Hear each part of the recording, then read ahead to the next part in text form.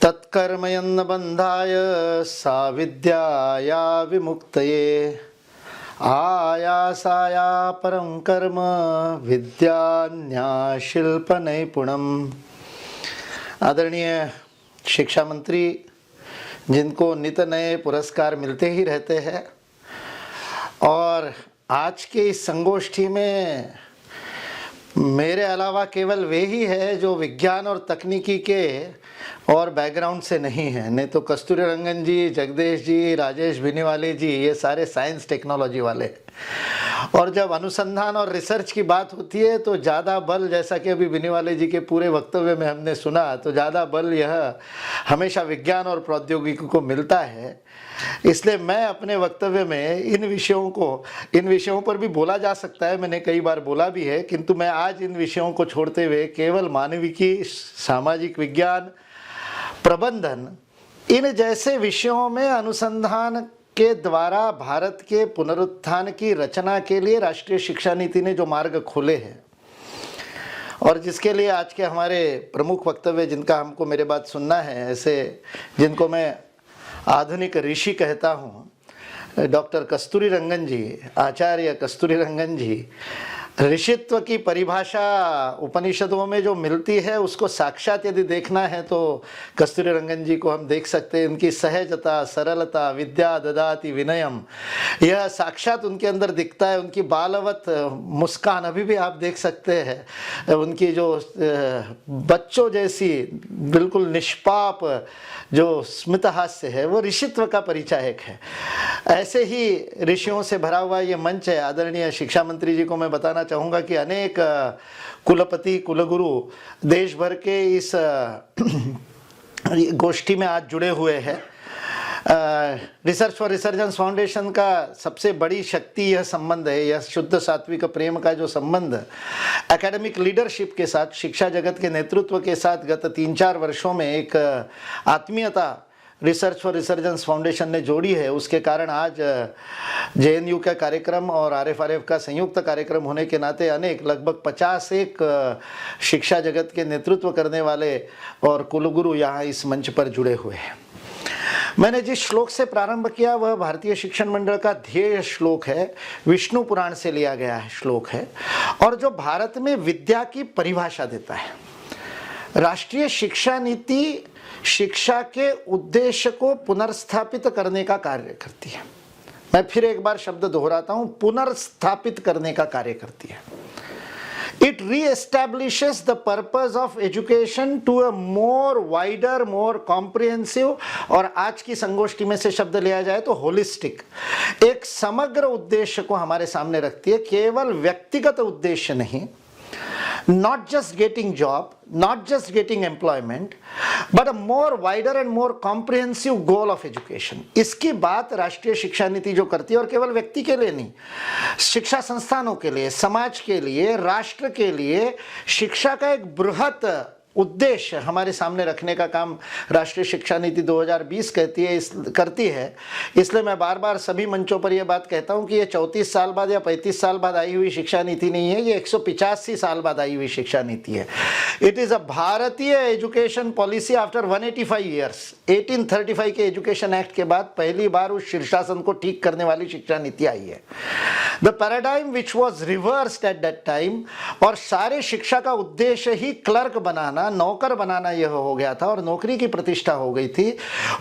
उस शीर्षासन को ठीक करने का काम राष्ट्रीय शिक्षा नीति में, उसके बीज हमको मिलते हैं। It all depends on implementation, क्रियान्वयन से ही वह सिद्ध होगा। और ब्रजेश पांडे जी ने जो प्रारंभ में सुखवार्ता दी, उसके लिए धन्यवाद उनका क्या करें, धन्यवाद रमेश जी का, आदरणीय शिक्षा मंत्री जी का धन्यवाद कि हमने इस शिक्षा नीति के और क्रियान्वयन का काम बड़े उत्साह के साथ प्रारंभ कर दिया है। और आदरणीय कुलगुरु जगदेश कुमार जी को भी बहुत बहुत धन्यवाद। तेलुगु मातृभाषा होते हुए हिंदी में इतना अच्छा और उद्घाटन भाषण उन्होंने दिया, चाला बाउंदा, बहुत अच्छे से उन्होंने उस को हमारे सामने प्रस्तुत किया। ये राष्ट्रीय शिक्षा नीति का क्रियान्वयन हो गया। राष्ट्रीय शिक्षा नीति ने एक ऐसी संरचना दी है, a structure of education which allows, जो यह अनुमति देती है, जो इस बात के लिए यदि कोई एक छात्र, कोई एक बालक पहली कक्षा से प्रारंभ करके आचार्य तक, पीएचडी तक, उसके शोध तक अंग्रेजी को बिना हाथ लगाए शिक्षा लेना चाहता है तो वैसा प्रावधान इस राष्ट्रीय शिक्षा नीति के द्वारा अस्तित्व में आ सकता है। और जिस देश में 10वीं कक्षा में फेल होने वाले, अनुत्तीर्ण होने वाले 90% छात्र अंग्रेजी में अनुत्तीर्ण होते हो, उस देश में यदि अंग्रेजी के बिना 10वीं हो सके तो मुझे लगता है अनेक ऋषियों का जन्म हो जाएगा, अनेक शोधकर्ता हमको मिल जाएंगे जब अंग्रेजी की बाध्यता समाप्त तो हो जाएगी। इसलिए बीएचयू यदि अंग्रेजी में अभियांत्रिकी प्रारंभ, हिंदी में अभियांत्रिकी प्रारंभ कर रहा है तो उसका और नेतृत्व मदन मोहन मालवीय जी ने जो नेतृत्व शिक्षा जगत में दिया, उस नेतृत्व को देखते हुए पूरे देश भर में यह काम होना चाहिए। उच्च शिक्षा में सभी व्यावसायिक सहित सभी पाठ्यक्रम भारतीय भाषाओं में उपलब्ध होने चाहिए। अंग्रेजी से हमारा कोई विरोध नहीं है। I can speak in English fluently. I have no problem with English and I am not opposing English because I do not know it.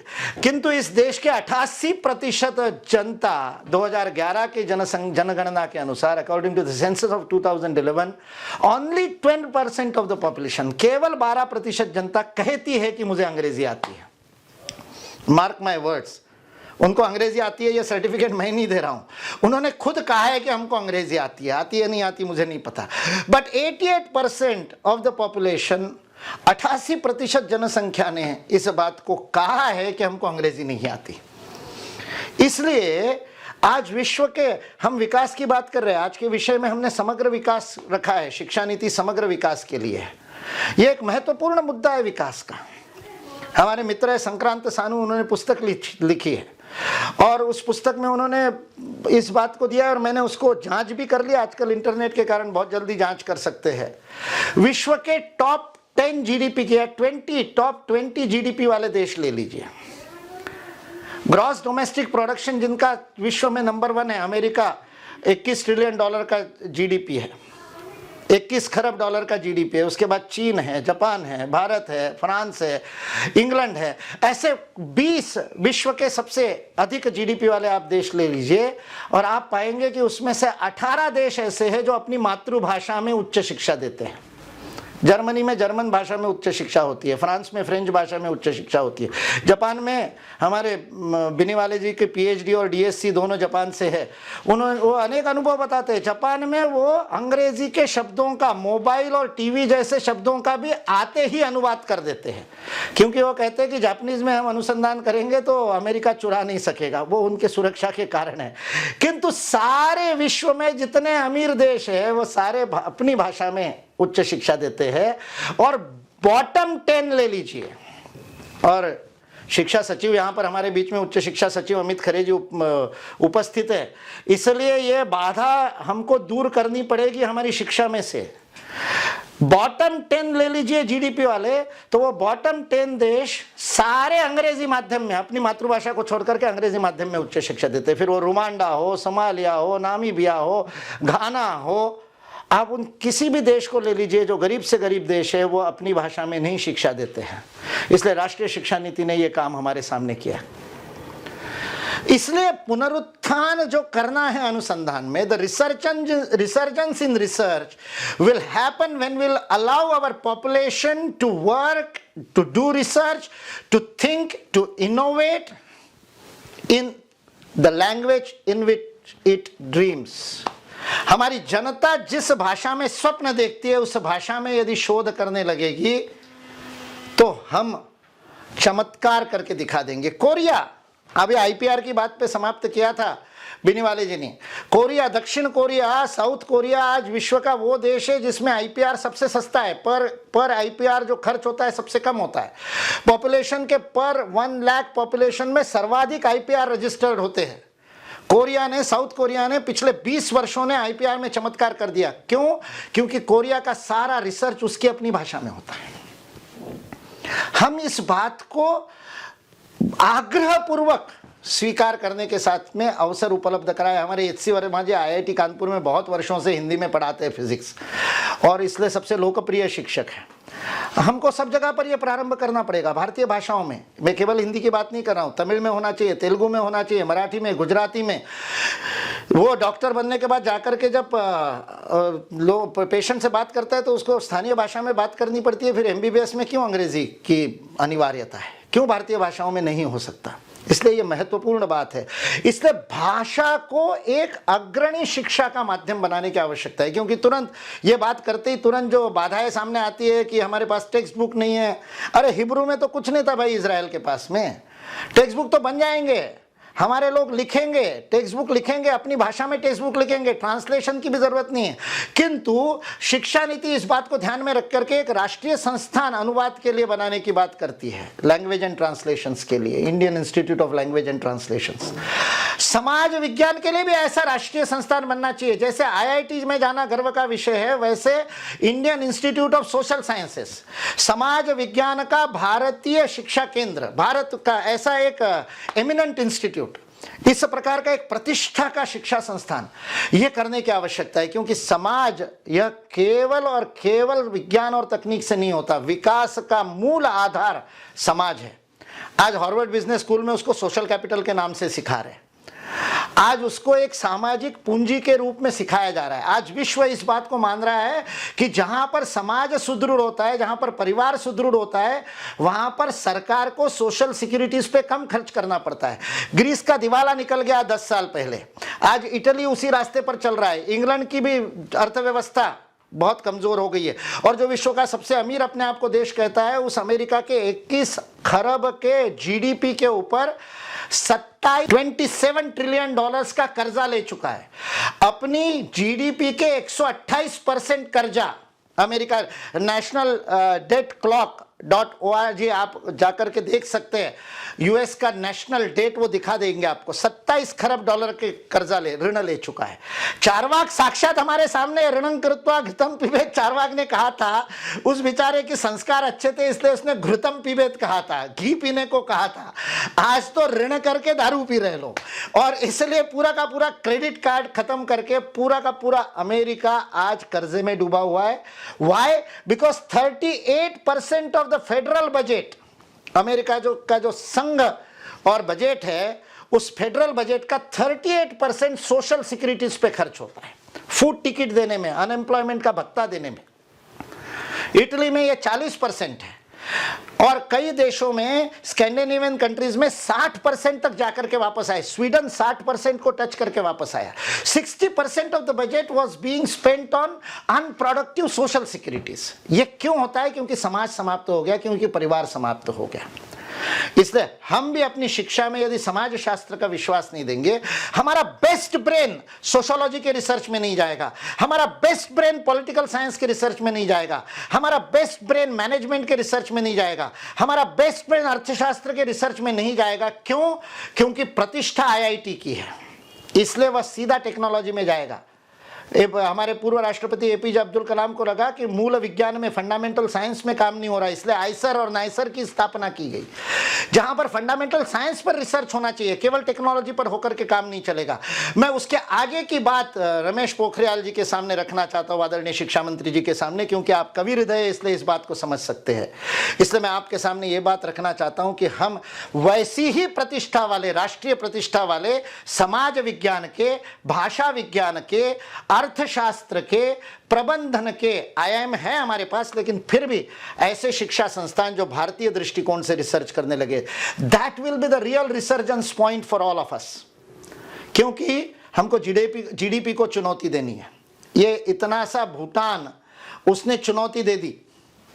इतने से भूटान ने कहा कि हैप्पीनेस इंडेक्स करो, फिर पता चलेगा कि विश्व का सबसे हैप्पी देश भूटान है। गर्व के साथ वो जिग्मे सिग्मे वांगचुक ने, जो दिल्ली यूनिवर्सिटी से पढ़ करके गया था, दिल्ली यूनिवर्सिटी के पढ़े हुए भूटान के राजा ने विश्व को चुनौती दे दी कि हैप्पीनेस इंडेक्स की बात करो। आज यूनाइटेड नेशंस को, यूएनडीपी को डेवलपमेंट के अंदर हैप्पीनेस इंडेक्स को इंक्लूड करना पड़ा। आज कोरोना के समय हेल्थ की बात करते समय, इम्यूनिटी की बात करते समय, यह मनोवैज्ञानिक बात को कहना पड़ा। हमारे पास में पतंजलि जैसा, भगवान श्री कृष्ण जैसा मनोवैज्ञानिक है, लेकिन हमारे साइकोलॉजी के कोर्स में उनका स्थान नहीं है। इसलिए राष्ट्रीय शिक्षा नीति शिक्षा के भारतीयकरण का मार्ग खोजती है। इस भारतीय ज्ञान परंपरा में एआईसीटी के नेतृत्व में आदरणीय शिक्षा मंत्री जी ने जो प्रयोग प्रारंभ किया है और जिसके अंदर भारतीय ज्ञान परंपरा के ऊपर अनुसंधान करके उसके पाठ्यक्रम तैयार करके और सारे शिक्षा नीति तो कहती है चाहे इंजीनियरिंग कर रहा हो, चाहे मेडिकल पढ़ रहा हो, चाहे वकालत पढ़ रहा हो, चाहे चार्टर्ड अकाउंटेंट बन रहा हो, किसी भी विषय को पढ़ने वाले छात्र को लिबरल एजुकेशन शब्द प्रयोग किया था। और लिबरल को लेकर के बड़े मतलब घमासान भी हुआ था, क्योंकि लिबरल का अर्थ जेएनयू ने ही बदल दिया लिबरल का अर्थ, और लिबरल को देशद्रोह के साथ जोड़ दिया। जबकि मैंने प्रारंभ किया था विष्णु पुराण के उस श्लोक से जो विद्या को ही मुक्त करी कहती है। Education is one which liberates, education has to be liberal. मुक्त करी नहीं होगी तो वो शिक्षा नहीं हो सकती। लेकिन शब्दों के अर्थ बदल जाते हैं, शब्दों के संदर्भ बदल जाते हैं। लिबरल यानी लेफ्ट, जबकि चीन और रशिया को देखा जाए तो लेफ्ट कभी लिबरल रहा नहीं, लेकिन उसके बावजूद हम इस प्रकार की भाषा बोलने लगते हैं, इसलिए दिक्कत होती है। लेकिन अब 66 पृष्ठ वाले में you have called is holistic syllabus, holistic curriculum, एक समग्र पाठ्यक्रम और सारे विषयों में होना चाहिए। यह बात यह राष्ट्रीय शिक्षा नीति देती है। That will create a resurgence.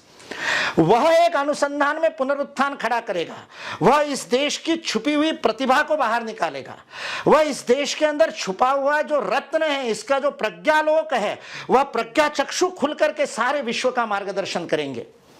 इसलिए जीडीपी के जगह पर भारत को देना पड़ेगा कि भारत का समग्र विकास का क्या पैराडिग्म है, क्या उसका एक मापदंड हमने तैयार किया, जिसको हमारे यहां पर समुत्कर्ष कहते हैं। अभ्युदय निश्रेयसानि धर्मः, अभ्युदय भी हो और निश्रेयस भी हो, ऐसे समुत्कर्ष की बात भारतीय दृष्टि कहती है। मैंने उसके ऊपर प्रयास किया और एक पेपर लिखा था जिसमें मैंने कहा था GDP should be replaced with GNC, gross national contribution. कौन सा राष्ट्र कितना योगदान दे रहा है उसके आधार पर विकास का मापदंड होना चाहिए। आज भारत में इसको त्यागे न एके न अमृतत्व मानसो, भारतीय दृष्टि त्याग को मापदंड कहती है। मैं अभी आपके सामने बैठा हूं, आप लोगों में से किसी के भी साथ में बैठने की कोई योग्यता मेरे अंदर नहीं है। I am pure graduate, LLB के आगे मैंने कोई डिग्री नहीं है। I don't even have masters degree, मेरे पास में परास्नातक की भी डिग्री नहीं है। और यहाँ पर इतने बड़े बड़े विद्वान मेरी बात को सुन रहे, केवल एक ही क्वालिफिकेशन है, गत 30 वर्षों से 24 घंटे 365 दिन स्वयं का विचार किए बिना अपने राष्ट्र के लिए त्याग किया है। इस त्याग के आधार पर मेरे को बुलाया ब्रजेश जी ने, अन्यथा डिग्री के आधार पर तो बुलाते तो मैं तुमको तो बुला ही नहीं सकते थे आप यहाँ पर। इसलिए त्याग ही मापदंड है विकास का। What have you given? जीवन में दिया क्या है। हम भारतीय शिक्षण मंडल में तत्कर्मे अन्न बंधाय से शुरू करते हैं और समापन करते हैं जीवने यावदादानम स्यात् प्रदानम ततो अधिकम। मैं जीवन में जितना पाऊं उससे अधिक देने वाला बनूं। आसाम में, भारतीय भाषाओं की बात से मैंने शुरू किया था, आसाम में देने वाले को देवता कहते हैं, पिताजी को देवता कहते हैं। मैंने पूछा पिताजी को देवता क्यों कहते हैं और बड़ी बहन को भाईदेव कहते हैं। मैंने हमारे अखमिया मित्रों को पूछा पिताजी को देवता क्यों कहते हैं, तो उन्होंने बहुत सुंदर उत्तर दिया। वो पूरे फैमिली के प्रोवाइडर होते हैं, वो पूरे परिवार को देते हैं। जो देता है वो देवता, ये राष्ट्र देवताओं का राष्ट्र है, इसलिए ये देने वाली संस्कृति है। और हमारे राजस्थान में मैं 8-9 साल वहां पर रहा, मारवाड़ी में भिखारी को मंगता कहते हैं, मांगने वाला मंगता। मैकॉले की शिक्षा पद्धति मंगतों का निर्माण करती थी। राष्ट्रीय शिक्षा नीति चूंकि कस्तूरी रंगन जी, एम.के. श्रीधर जी, वसुधा कामत, कट्टीमणि जी ऐसे ऋषियों के परिश्रम का परिणाम है, इसलिए देवताओं का निर्माण करने वाली शिक्षा नीति बनेगी। We will become contributors. और इसके लिए विकास का पैरामीटर बदलना पड़ेगा, डेवलपमेंट का डिस्कोर्स बदलना पड़ेगा। और वो डेवलपमेंट का जो विमर्श है, विकास का विमर्श है, वह विकास का विमर्श संपदा के स्थान पर, उत्पादन के स्थान पर, पाने के स्थान पर, लाभ के स्थान पर त्याग बनना चाहिए। इसलिए मैंने उसके लिए पेपर लिखा, ग्रॉस नेशनल कंट्रीब्यूशन, स्वयं को आत्मनिर्भर बनाते हुए विश्व को योगदान देने वाला। आज मैनेजमेंट में नए प्रतिमान देने की आवश्यकता है, प्रबंधन में। इसलिए लोगों की थ्योरीज को एग्जामिन करके रिसर्च करना ये एक बात हो गई। हम थ्योराइज करने वाले, अपना सिद्धांत देने वाले, दर्शन देने वाला राष्ट्र है, जिसने पग पग पर दर्शन दिया है। वो वैशेषिक पदार्थ को ऐसे समझता है, फिजिक्स वालों को वैशेषिक सूक्त पढ़ने चाहिए, आपकी आंखें खुल जाएगी। न्यूटन और डार्विन से परे जाकर के समग्रतावादी विज्ञान, कल्याणकारी विज्ञान, सर्वे भवन्तु सुखिना करने वाला विज्ञान, बेनिवोलेंट साइंस की थ्योरी क्या हो सकती है, कणाद को पढ़ना चाहिए। इसलिए यह दर्शन देने वाले राष्ट्र की शिक्षा नीति में से भी दार्शनिक निकले, ऋषि निकले, यहाँ का प्रत्येक आचार्य ऋषि बने, ऐसी शिक्षा नीति कस्तूरी रंगन जी ने हमको दी है। इंप्लीमेंट हमको करना है, केवल सरकार के करने से नहीं होगा। इसलिए हम सब लोग अपने अंदर के ऋषि तत्व को जगाना पड़ेगा। यह शिक्षा नीति तभी लागू होगी जब प्रत्येक आचार्य अपने आप अंदर का ऋषि तत्व जागृत करेगा और सत्य के दर्शन करके उस दर्शन के आधार पर मौलिकता के साथ नाविन्यपूर्ण नूतन ज्ञान का सृजन करेगा। आज मेरे विषय में रियलाइजेशन शब्द प्रयोग किया है, कंसेप्चुअलाइजेशन से रियलाइजेशन तक ये बात शब्द प्रयोग की है।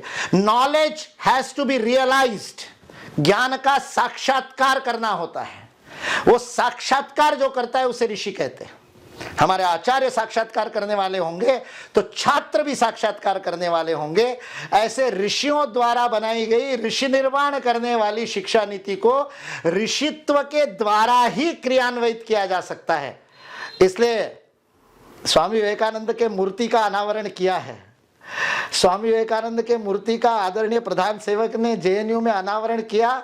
जगदेश कुमार जी की क्रांति, मैं इसको कहता हूं कि 5 साल में क्या हो सकता है, क्या से क्या हो सकता है, उसका उदाहरण आपने प्रस्तुत किया। अब विवेकानंद विचार का भी अनावरण जेएनयू से होने की आवश्यकता है। और यह विवेकानंद, किसी ने नाम बदलने का भी कहा, वो भी आप सोच सकते हैं, लेकिन नाम नहीं भी बदले तो काम तो बदलना शुरू हो ही गया है। वह बदले हुए काम के साथ पुनः नए विवेकानंद निर्माण करने का कार्य जेएनयू में होने लगे। और इसलिए शिक्षा नीति के क्रियान्वयन के लिए आपने ये जो प्रयास किया और ये जो आज संगोष्ठी रखी, उसके लिए आप सबको बहुत बहुत साधुवाद और धन्यवाद देते हुए, मेरे आह्वान को फिर से दोहराते हुए, जो भी मेरी वाणी को सुन रहे हैं उन सब के अंदर बैठे हुए ऋषित्व का आह्वान करते हुए मैं अपनी वाणी को विराम देता हूँ। जय हिंद, जय भारत।